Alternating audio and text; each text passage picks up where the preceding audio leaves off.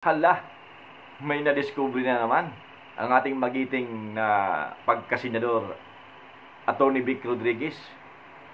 At salamat sa iyo, Atty. Vic, sa walang tigil na pag-iimbestiga dito sa kontrobersyal na 2025 budget.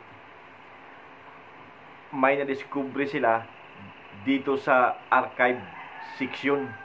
Itong archive section ay kung saan nakalagak lahat ng mga orihinal na dokumento.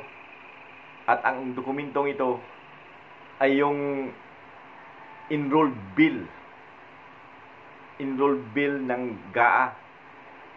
Pakinggan natin si Atty. Vic sa kanyang revelasyon.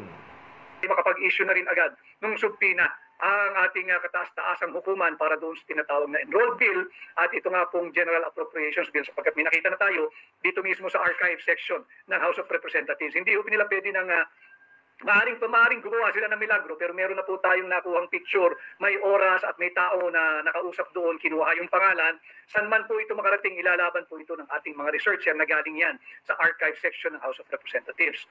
Ulitin ko, mahalaga yung archive section sapagkat ang archive section po, repository, taguan ng mga original or faithful reproduction of an original document.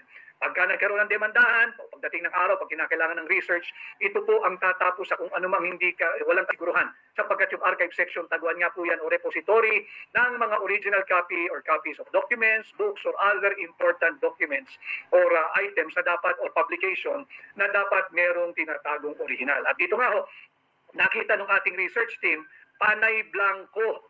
Blanco na yung kopya ng Bicameral Conference Committee report, blanco pa rin yung pirma ng Senate President, pirma ng House of Representatives Speaker, pirma ng Secretary General niya, pirma ng Secretary ng Senado, at pirma ng Pangulo. Blanco po yan, at yan po ay matatagpuan ninyo sa page 752 ng GAA Volume 1, thus B, daan po sa archive section. Bakit po tayo tumungo sa archive section? Dahil nga po, binilihis ni Stella Kimbo at ginagawang mangmang ang Pilipino. Sabi niya may kopya daw ng enrolled bill dyan sa archive section.